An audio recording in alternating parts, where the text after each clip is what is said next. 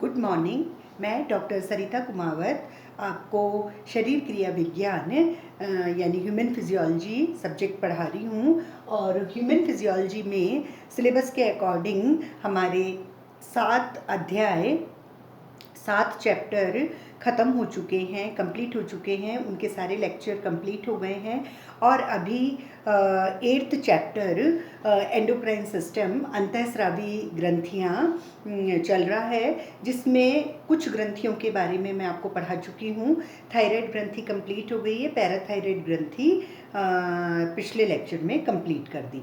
और आज का जो टॉपिक है वो है पीयूष ग्रंथि यानी पिट्यूटरी ग्लैंड। और पिट्यूटरी ग्लैंड जो होती है बहुत ही इम्पॉर्टेंट है हमारे शरीर के कामों के लिए, सारे अंगों के लिए, रख रखाव के लिए, ग्रोथ के लिए। तो पीयूष ग्रंथि जो है वो हमारे मस्तिष्क में नीचे की तरफ रहती है और मटर के दाने के समान बिल्कुल छोटी सी होती। मस्तिष्क ही छोटा ही होता है और ये और भी छोटी मटर के दाने के समान होती है। इसमें 2 खंड पाए जाते हैं। पीयूष ग्रंथि के 2 खंड होते हैं, एक अग्रखंड, एक पश्चखंड। अग्रखंड जो है वो बहुत सारे हार्मोन्स सिक्रीट करता है, बहुत सारे हार्मोन स्रावित करता है, इसलिए इसे हम स्वामी ग्रंथि यानी मास्टर ग्लैंड भी कहते हैं। पिट्यूटरी ग्लैंड यानी पीयूष ग्रंथि का जो अग्रभाग होता है, जो एंटीरियर लोब होता है, एंटीरियर पार्ट होता है, अग्रभाग को हम स्वामी ग्रंथि या मास्टर ग्लैंड भी कहते हैं, क्योंकि ये बहुत सारे हार्मोन स्रावित करता है, जिससे हमारी शरीर की बहुत सारी ग्रोथ और रखरखाव और ये सब क्रियाएं होती हैं। और पश्च भाग से केवल 2 हार्मोन स्रावित होते हैं। पोस्टीरियर पार्ट से केवल 2 हार्मोन स्रावित होते हैं। पहले मैं पश्च भाग के 2 हार्मोन के नाम बता देती हूँ, उसके बाद में हम अग्रभाग के हार्मोन के बारे में बात करेंगे। पश्च भाग से 2 हार्मोन स्रावित होते हैं, ऑक्सीटोसिन और वैसोप्रेसिन। ऑक्सीटोसिन जो हार्मोन है वो हमारे गर्भाशय के लिए बहुत ज़रूरी होता है। जो वुमेन होती है, स्त्रियां होती है, उनमें गर्भाशय होता है और गर्भाशय के लिए इसलिए ज़रूरी होता है कि जब बेबी उसके गर्भाशय यूट्रस में होता है तो आम मतलब जो इन जनरल होता है, जो उसकी साइज़ होती है गर्भाशय से, उससे भी वो कहीं 40 गुना 45 गुना ज़्यादा बढ़ जाता है। और इतना बड़ा होने के बाद में जब बेबी निकल जाता है तो भी वो बड़ा ही रहता है। तो फिर वो धीरे धीरे सिकुड़ने के लिए ये जो ऑक्सीटोसिन है हार्मोन, ये उसकी मदद करता है। जैसे आप अगर गुब्बारे को भी फुला के और थोड़े से दिन रख दोगे और फिर उसकी हवा निकाल दोगे, तो फिर आप देखोगे कि जब गुब्बारा इतना सा था और खूब बड़ा फुलाया था और अब जब उसको खाली कर दिया तो भी वो करीब इतना बड़ा और ऐसा बिल्कुल उसमें सल और ऐसा अजीब सा रहता है। तो ये गर्भाशय का भी करीब वैसा ही हाल है कि वो थोड़ा बड़ा हो जाता है, लेकिन उसकी मांसपेशियों को सिकुड़ने, संकुचन करने के लिए ऑक्सीटोसिन होता है। ऑक्सीटोसिन हार्मोन जब सिक्रीट होता है, स्रावित होता है, तो वो गर्भाशय की जो दीवारें हैं उनको धीरे धीरे धीरे धीरे अपनी साइज में, जो बिल्कुल छोटी सी साइज होती है, उसमें वो ले आता है।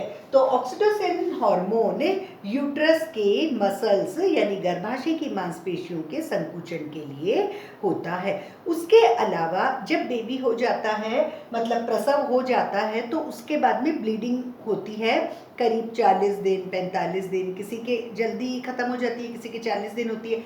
तो उस ब्लीडिंग, उस रक्तस्राव को भी ऑक्सीटोसिन कम करता है, क्योंकि अगर वो गंदगी 9 महीने का जो पूरा ब्लड इकट्ठा है और वो निकल रहा है तो कोई बात नहीं, लेकिन अच्छा वाला रक्त नहीं निकलना चाहिए। नहीं तो जो औरत है, जो भी प्रेग्नेंट लेडी थी और जो अब बेबी पैदा कर चुकी है, तो उसमें कमजोरी आ जाएगी। तो इसलिए प्रसव के बाद रक्तस्राव उतना ही हो जितनी गंदगी वाला जो ब्लड है 9 महीने वाला वो निकल जाए और उसके बाद में स्टॉप हो जाए। तो ऑक्सीटोसिन हार्मोन औरतों के लिए बहुत ज़रूरी है गर्भाशय की शेप यानी आकार के लिए, और प्रसव के बाद डिलीवरी के बाद जो ब्लीडिंग होती है, रक्तस्राव होता है, उसको कम करने के लिए भी ऑक्सीटोसिन जरूरी होता है। दूसरा जो पश्च भाग से हार्मोन स्रावित होता है उसका नाम है वैसोप्रेसिन। वैसोप्रेसिन हार्मोन जो है वो हमारे किडनी में कार्य करता है। किडनी यानी वृक्क यानी गुर्दे, तो वृक्क थोड़ा सा पानी को अवशोषित करता है, बाकी तो सब ऊपर से डाइजेस्टिव सिस्टम में से होके आता है, लेकिन किडनी में जब रक्त को छानते हैं, किडनी में जो नेफ्रॉन होते हैं, एक एक किडनी 10 लाख नेफ्रॉन की बनी हुई होती है और नेफ्रॉन ही रक्त को छानने का कार्य करते हैं, ऐसा मैं एक्सक्रीटरी सिस्टम में पढ़ा चुकी हूँ। तो जब रक्त को छानने का काम हो रहा है तो उस वक्त ये थोड़े से पानी को रीएब्जॉर्ब पुनः अवशोषित कर लेते हैं, उस समय थोड़ा पानी अवशोषित हो जाता है वैसोप्रेसिन के कारण। और वैसोप्रेसिन का दूसरा नाम है ADH, anti diuretic hormone. Anti diuretic मतलब पानी निकलता ही जा रहा है और एंटी डायूरेटिक मतलब रोक देना उसको, तो एंटी डायूरेटिक हार्मोन भी वैसोप्रेसिन का ही दूसरा नाम होता है। अब आप देखें कि अगर वैसोप्रेसिन या ADH हार्मोन नहीं हो, अगर स्रावित नहीं हो रहा है, तो क्या होगा कि वो जो पानी अवशोषित हो रहा था ना पुनः किडनी में, वो अवशोषित नहीं होगा, और अगर अवशोषित नहीं होगा तो क्या होगा, पतले पतले मूत्र की जो मात्रा है वो पूरे दिन निकलती रहेगी। जैसे पानी का वो नल का वॉशर खराब हो जाता है और टप टप टप टप पूरे दिन वो होता रहता है, सेम इसमें भी पूरे दिन मूत्र की पतली एक मात्रा जो है वो निकलती ही रहती है, और ऐसी कंडीशन को हम डायबिटीज़ इंसिपिडस कहते हैं। इसको डायबिटीज़ इंसिपिडस नाम क्यों दिया? इसको नाम इसलिए दिया क्योंकि जब आप मधुमेह वाला चैप्टर पढ़ेंगे डायबिटीज़, तब आप देखेंगे कि डायबिटीज़ के कुछ लक्षण होते हैं, पॉलीयूरिया, पॉलीफेजिया, पॉलीडिप्सिया। पॉलीडिप्सिया मतलब बहुत ज़्यादा प्यास लगना, पॉलीयूरिया मतलब बहुत बार यूरिन जाना, पॉलीफेजिया मतलब बहुत बार उसको खाने की इच्छा होना। तो पॉलीयूरिया मतलब बहुत बार यूरिन जाना, बहुत बार मूत्र त्याग करने के लिए जाना, तो डायबिटीज़ में वो लक्षण है, इसलिए इसका नाम डायबिटीज़ इंसिपिडस होता है कि अगर वैसोप्रेसिन यानी एंटी डायूरेटिक हार्मोन नहीं होगा तो पानी का अवशोषण दोबारा किडनी में नहीं होगा और पतले मूत्र की मात्रा निकलती ही रहेगी। तो पीयूष ग्रंथि के 2 भाग हैं, अग्रभाग और पश्च भाग। पश्च भाग से 2 हार्मोन निकलते हैं, ऑक्सीटोसिन और वैसोप्रेसिन। ऑक्सीटोसिन किसके काम आता है? वुमेन के, स्त्रियों के, और स्त्रियों में जो गर्भाशय का शेप लाने के लिए, जो उसका आकार लाने के लिए, उसके लिए काम आता है क्योंकि वो बढ़ जाता है उसको संकुचित करने के लिए, और में प्रसव के बाद जो ब्लीडिंग होती है, रक्तस्राव, उसको रोकने मतलब उसको थोड़ा सा कम करने के लिए ऑक्सीटोसिन होता है। दूसरा जो है पश्च भाग से जो हार्मोन निकल रहा है वो है वैसोप्रेसिन। वैसोप्रेसिन का काम है कि किडनी में जब रक्त छन्ने के लिए आया तो वहाँ से थोड़े से पानी को पुनः अवशोषित कर लिया गया। और वैसोप्रेसिन का एक और नाम है ADH, एंटी डायूरेटिक हार्मोन, और प्रतिमूत्रल हार्मोन। प्रतिमूत्रल हार्मोन, और अगर प्रतिमूत्रल हार्मोन नहीं बन रहा है, वैसोप्रेसिन हार्मोन नहीं बन रहा है, तो पानी का अवशोषण पुनः नहीं होगा, और अगर नहीं होगा तो मूत्र की थोड़ी सी मात्रा पूरे दिन भर टपकती रहेगी, और इसलिए हम ऐसी कंडीशन को डायबिटीज़ इंसिपिडस कहते हैं। ये तो पश्च भाग की बात हुई। अब पीयूष ग्रंथि के अग्र भाग की बात करेंगे, एंटीरियर पार्ट। एंटीरियर पार्ट अग्रभाग को हम स्वामी ग्रंथि यानी मास्टर ग्लैंड भी कहते हैं। मास्टर ग्लैंड क्यों कहते हैं? क्योंकि ये बहुत सारे वर्क करता है, बहुत सारे अंगों में उसका मेंटेनेंस करता है, ग्रोथ करता है, रख रखाव करता है, कंट्रोल करता है, कई सारी एक्टिविटीज़ को कंट्रोल करता है, इसलिए हम इसको मास्टर ग्लैंड कहते हैं। इसमें करीब 7 हार्मोन्स सिक्रीट हो रहे हैं अग्रभाग से। पहला है वृद्धि हार्मोन, ग्रोथ हार्मोन। तो नाम से ही पता चल रहा है कि वृद्धि हार्मोन जो है वो वृद्धि करता होगा। तो वृद्धि हार्मोन जो है, ग्रोथ हार्मोन, वो हमारे शरीर के वृद्धि के लिए मदद करता है और शरीर में अस्थियों की जो वृद्धि है, अस्थियों की मतलब लंबाई, चौड़ाई, अस्थि का जो भी शेप होना चाहिए, तो अस्थियों की जो ग्रोथ होती है उसके लिए ग्रोथ हार्मोन बहुत जरूरी होता है। अगर ग्रोथ हार्मोन बहुत ज़्यादा स्रावित हो जाएगा तो हड्डियाँ बहुत लंबी लंबी हो जाएंगी, चौड़ी हो जाएंगी, तो आदमी कैसा हो जाएगा? जाइंट। हम उसको कहते हैं लंबे चौड़े आदमी को क्या जाइंट है, जाइंट ही बोलते हैं। तो उसी से नाम निकला है जाइगैंटिज्म। जाइंट यानी जाइगैंटिज्म, लंबा चौड़ा हो गया, ग्रोथ हार्मोन ज़्यादा हो रहा है। और लंबे चौड़े के कपाल, जो सिर का हड्डी है वो भी बढ़ गई, जबड़ा भी लंबा हो जाएगा, और दूसरी बोन्स जो हैं हाथ की, पैर की, सब वो बहुत लंबी लंबी हो जाएगी। तो वृद्धि हार्मोन जो है वो अस्थियों के ग्रोथ यानी वृद्धि के लिए होता है, और अगर बहुत ज़्यादा स्रावित होता है तो जाइगैंटिज्म स्थिति हो जाती है, यानी बहुत लंबे चौड़े व्यक्ति हो जाते हैं, उनके कपाल, जबड़े सब बड़े हो जाते हैं, और इसलिए हम इसे जाइगैंटिज्म स्थिति कहते हैं। लेकिन अगर वृद्धि हार्मोन कम स्रावित होता है तो इसका उल्टा हो जाएगा, ग्रोथ कम हो जाएगी, अस्थियों की हाइट और चौड़ाई और सब कम हो जाएगी, तो व्यक्ति बौना रह जाएगा, तो हम उसे बौनापन यानी ड्वार्फिज्म कहते हैं। ऐसी स्थिति को ड्वार्फिज्म कहते हैं। और जाइगैंटिज्म का एक और नाम है एक्रोमिगैली, मतलब जब बोन्स लंबी चौड़ी हो जाती है ना, खूब 7-8 फीट लंबी हो गई हाथ पैर की और ऐसे, तो उसे एक्रोमिगैली भी कहते हैं। दूसरा हार्मोन जो है अग्रभाग से स्रावित होता है उसका नाम है गोनेडोट्रोपिक हार्मोन। गोनेड्स एक हमारे ग्रंथियों में नाम है, यौन ग्रंथियां, सेक्स ग्लैंड्स। तो गोनेडोट्रोपिक हार्मोन जो है वो जनन इंद्रिय ग्रंथियों के लिए होता है, जो भी जनन वाली ग्रंथियां हैं उनके लिए। और जनन ग्रंथियों में टेस्टिस और ओवरी होती है, अंडाशय और वृषण। वृषण पुरुष में और ओवरी यानी अंडाशय महिलाओं में। तो ये दोनों जनन ग्रंथियों का पोषण और इसके ग्रोथ के लिए गोनेडोट्रोपिक हार्मोन अग्र भाग से स्रावित होता है। अगर ये नहीं होगा तो जनन ग्रंथियों में उतना ग्रोथ और वर्क वो नहीं हो पाएगा। तीसरा हार्मोन अग्रभाग से है थायरोट्रोपिक हार्मोन। थायरोट्रोपिक हार्मोन मैंने थायराइड में भी अभी नाम बोला था कि जब थायराइड ग्रंथि का रख रखाव, थायराइड ग्रंथि का ग्रोथ, थायराइड ग्रंथि से जो सिक्रीशन निकल रहा है थायरोक्सिन हार्मोन, वो उन सब का कंट्रोल थायरोट्रोपिक हार्मोन के पास होता है। तो थायरोट्रोपिक हार्मोन थायराइड ग्रंथि के पोषण के लिए होती है और उसके स्रावन, उसका स्रावन क्या है? थायरोक्सिन हार्मोन, उसके स्रावन के लिए थायरोट्रोपिक हार्मोन होता है। ये हार्मोन थायरोक्सिन को बढ़ा भी सकता है और थायरोक्सिन की सिक्रीशन को कम भी कर सकता है।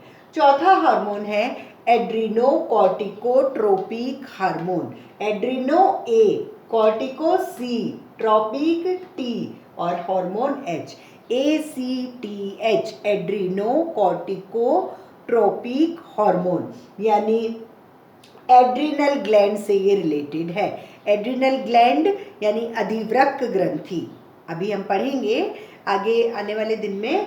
तो एड्रिनोकॉर्टिकोट्रोपिक हार्मोन जो है वो अधिवृक्क ग्रंथियों की ग्रोथ के लिए होता है, विकास के लिए होता है, मेंटेनेंस के लिए, रख रखाव के लिए और उसके सिक्रीशन यानी स्राव के लिए होता है। एड्रिनल ग्लैंड से कई सारे हार्मोन निकलते हैं, उसमें भी कई सारे भाग हैं, हम जब पढ़ेंगे तब आप देखेंगे। तो एड्रेनोकॉर्टिकोट्रोपिक हार्मोन अधिवृक्क ग्रंथियों के रख रखाव के लिए, वृद्धि के लिए, विकास के लिए और स्राव के लिए जिम्मेवार होता है और उसको कंट्रोल करता है। पांचवा हार्मोन जो पीयूष ग्रंथि के अग्रभाग से स्रावित होता है उसका नाम है follicular stimulating hormone, FSH। F मतलब फॉलिक्यूलर, S मतलब स्टिम्युलेटिंग और H मतलब hormone. Follicular stimulating hormone FSH। और फॉलिक्यूलर स्टिम्युलेटिंग हार्मोन जो है वो जनन अंगों के लिए यहाँ से स्रावित होता है। और जनन अंगों में स्त्रियों में तो अंडाशय की परिपक्वता, मतलब ओवरी जो है वो पूर्ण तरह से बन गई है, अब मतलब बेबी अगर पैदा करना चाहते हैं तो वो ओवरी यूज हो सकती है। तो स्त्रियों में तो अंडाशय की परिपक्वता और पुरुषों में शुक्राणुओं का निर्माण। जब शुक्राणु यानी स्पर्म बनने लगते हैं तो बेबी पैदा करने के लिए वो व्यक्ति तैयार, वो पुरुष तैयार हो जाता है। तो फॉलिक्यूलर स्टिम्युलेटिंग हार्मोन जो है FSH, ये जनन अंगों के लिए यहाँ से स्रावित होता है अग्रभाग से, और पुरुषों में तो स्पर्म बनाने के लिए और महिलाओं में ओवरी यानी अंडाशय को पूरा तरीके से यानी परिपक्व करने के लिए होता है। छठा हार्मोन अग्रभाग से जो स्रावित हो रहा है उसका नाम है luteinizing hormone, LH। Luteinising L, hormone H। तो ल्यूटिनाइजिंग हार्मोन जो है वो स्त्रियों में कॉर्पस ल्यूटियम बनाता है, कॉर्पस ल्यूटियम पार्ट बनाता है, और जो कि स्तनों में, मतलब जब बेबी पैदा हो जाता है, जब प्रेग्नेंट लेडी धात्री अवस्था में आ जाती है यानी लैक्टेटिंग वुमेन बन जाती है, बेबी हो गया, उसके बाद में उसके ब्रेस्ट में, उसके स्तन में दुग्ध स्राव बनाने के लिए ल्यूटिनाइजिंग हार्मोन यहाँ से स्रावित होता है। उसके अलावा पुरुषों में एक हार्मोन होता है ICSH, interstitial cell stimulating hormone. पुरुषों में एक हार्मोन है ICSH, interstitial cell stimulating hormone. और ये जो हार्मोन है ICSH, ये वृषण यानी टेस्टिस पर क्रिया करता है। टेस्टिस जो है वृषण, उस पर ये क्रिया करता है ये हार्मोन, और इसको बनाने के लिए LH ल्यूटिनाइजिंग हार्मोन अग्रभाग से स्रावित होता है। सातवां हार्मोन है लास्ट प्रोलैक्टिन या लैक्टोजेनिक हार्मोन। प्रोलैक्टिन या लैक्टोजेनिक हार्मोन, लैक्टो से एकदम जो है आभास होता है कोई दूध से रिलेटेड चीज होगी, तो लैक्टोजेनिक हार्मोन मतलब शिशु जन्म के बाद ये हार्मोन सक्रिय होता है और दूध की उत्पत्ति को बढ़ाता है। मतलब धात्री महिला जो है यानी जो लैक्टेटिंग वुमेन है, जिसके बेबी पैदा हो चुका है, जो लैक्टेटिंग वुमेन कहलाती है, और उस धात्री महिला के स्तनों में, उसके ब्रेस्ट में मिल्क बनने लगता है, दूध बनने लगता है, और दूध को बनाने के लिए, सक्रिय करने के लिए ये हार्मोन, शिशु जन्म के बाद ये हार्मोन अग्रभाग से स्रावित होके और दूध की उत्पत्ति को बढ़ाता है। अग्रभाग से जो ये हार्मोन स्रावित हुए हैं 7, अगर उन स्राव की कमी हो जाए, अगर वो हाइपोसिक्रीशन हो जाए, डेफिशिएंट सिक्रीशन यानी अगर स्राव की कमी हो जाए तो क्या प्रभाव होगा?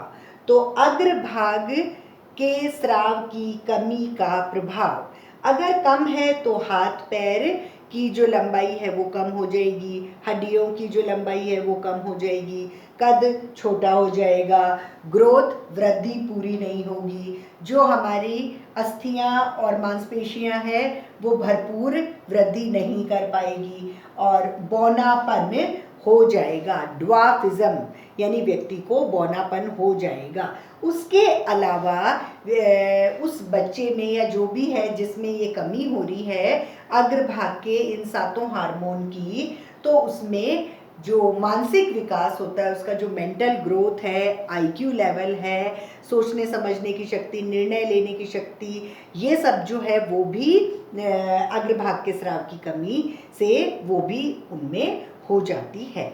अगर अग्रभाग के स्राव की अधिकता हो जाए, अगर ये सब अधिक स्रावित हों, तब क्या प्रभाव होगा? अगर अधिक स्रावित होंगे तो जैसे हाथ पैर की हाइट और ये सब कद छोटा रह गया तो इसमें हाइट बढ़ जाएगी, अस्थियां लंबी हो जाएंगी और जो स्थिति है वो ज़ाइगैंटिज्म हो जाएगी।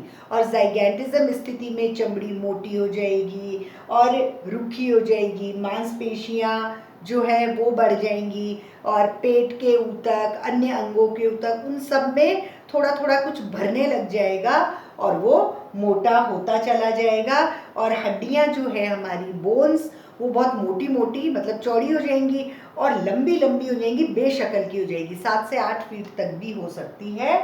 और उसके अलावा अधिकता से व्यक्ति में मधुमेह रोग यानी डायबिटीज रोग भी हो सकता है।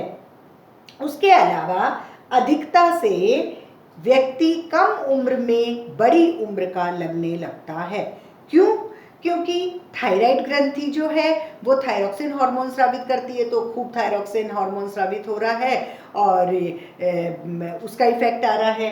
फिर एड्रिनल ग्लैंड अधिवृक्क ग्रंथि से जो भी निकल रहे हैं वो ज़्यादा स्रावित हो रहे हैं। सेक्स ग्लैंड से जो सेक्स हार्मोन्स हैं वो ज़्यादा स्रावित हो रहे हैं, तो दाढ़ी, मूछें, आवाज़ पहले ही भारी हो गई, दाढ़ी मूछें पहले ही आ गई, शरीर में बाल आ गए और इस तरह से।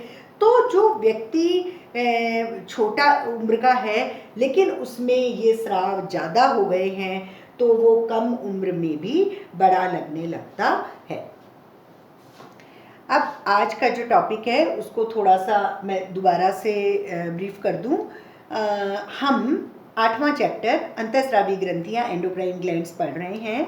इसमें मैंने थायराइड ग्रंथि और पैराथायराइड ग्रंथि, चुल्लिका ग्रंथि और उपचुल्लिका या परावटु ग्रंथि मैंने कंप्लीट करवा दी पिछली बार। और आज मैं तीसरी ग्रंथि पीयूष ग्रंथि यानी पिट्यूटरी ग्लैंड, बहुत ही इम्पॉर्टेंट है, उसको मैंने पढ़ाया है। और पीयूष ग्रंथि हमारे मस्तिष्क में मटर के दाने के समान पाई जाती है। इसके 2 भाग होते हैं, एक अग्रभाग एंटीरियर पार्ट, एक पोस्टीरियर पार्ट पीछे का पार्ट। अग्रभाग से 7 हार्मोन स्रावित होते हैं, पश्च भाग से 2 हार्मोन स्रावित होते हैं। पश्च भाग के 2 हैं ऑक्सीटोसिन और वैसोप्रेसिन। ऑक्सीटोसिन महिलाओं के लिए होते हैं कि उनमें प्रसव के बाद ब्लीडिंग कम हो या फिर जो उनका यूट्रस का जो बड़ा आकार हो गया था उसको छोटा करने के लिए भी ऑक्सीटोसिन होता है। वैसोप्रेसिन जो है उसका दूसरा नाम भी होता है ADH, एंटी डायूरेटिक हार्मोन, और ये इसको हम प्रतिमूत्रल हार्मोन भी कहते हैं। और प्रतिमूत्रल हार्मोन का ये काम है कि किडनी से मतलब वृक्क से पानी को रीएब्जॉर्ब करना। लेकिन अगर वैसोप्रेसिन नहीं होगा, ADH हार्मोन नहीं होगा, तो वो पानी का रीएब्जॉर्प्शन किडनी से नहीं होगा और किडनी में थोड़ा थोड़ा पानी यानी मूत्र के रूप में मूत्र थोड़ा थोड़ा पूरे दिन पास होता जाएगा और इसलिए हम ऐसी स्थिति को डायबिटीज इंसिपिडस कहते हैं। फिर अग्रभाग जो है पीयूष ग्रंथि का, ये तो पश्च भाग के 2 हो गए। अग्रभाग को हम स्वामी ग्रंथि या मास्टर ग्लैंड भी कहते हैं। क्यों? क्योंकि इसमें बहुत सारे हार्मोन स्रावित होते हैं और ये कई सारे अंगों और कई मतलब शरीर की कई सारी क्रियाओं पर भी ये नियंत्रण करता है, इसलिए हम इसे मास्टर ग्लैंड या स्वामी ग्रंथि भी कहते हैं। इसके हार्मोन्स हैं, पहला है वृद्धि हार्मोन, तो ये हड्डियों हमारी बोन्स जो हैं उनकी वृद्धि के लिए, रखरखाव के लिए ज़रूरी होता है।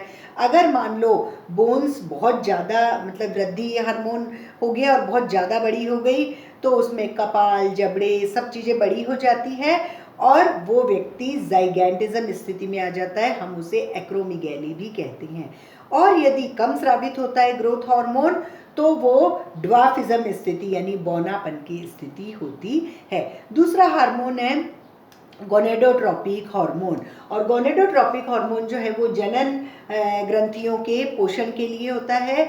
जनन ग्रंथियां टेस्टिस और ओवरी यानी वृषण और अंडाशय के पोषण के लिए गोनेडोट्रोपिक हार्मोन अग्रभाग से स्रावित होता है। तीसरा हार्मोन है थायरोट्रोपिक हार्मोन, और थायरोट्रोपिक हार्मोन जो है वो थायराइड ग्रंथि, पहले पढ़ा चुकी तब भी बताया था, तो थायराइड ग्रंथि के सिक्रीशन और पोषण, मतलब उसका जो स्राव है वो है थायरोक्सिन, तो थायराइड ग्रंथि को थायरोक्सिन बनाने में भी ये मदद करता है, और इसके पोषण में भी, थायराइड ग्रंथि के पोषण में भी थायरोट्रोपिक हार्मोन मदद करता है।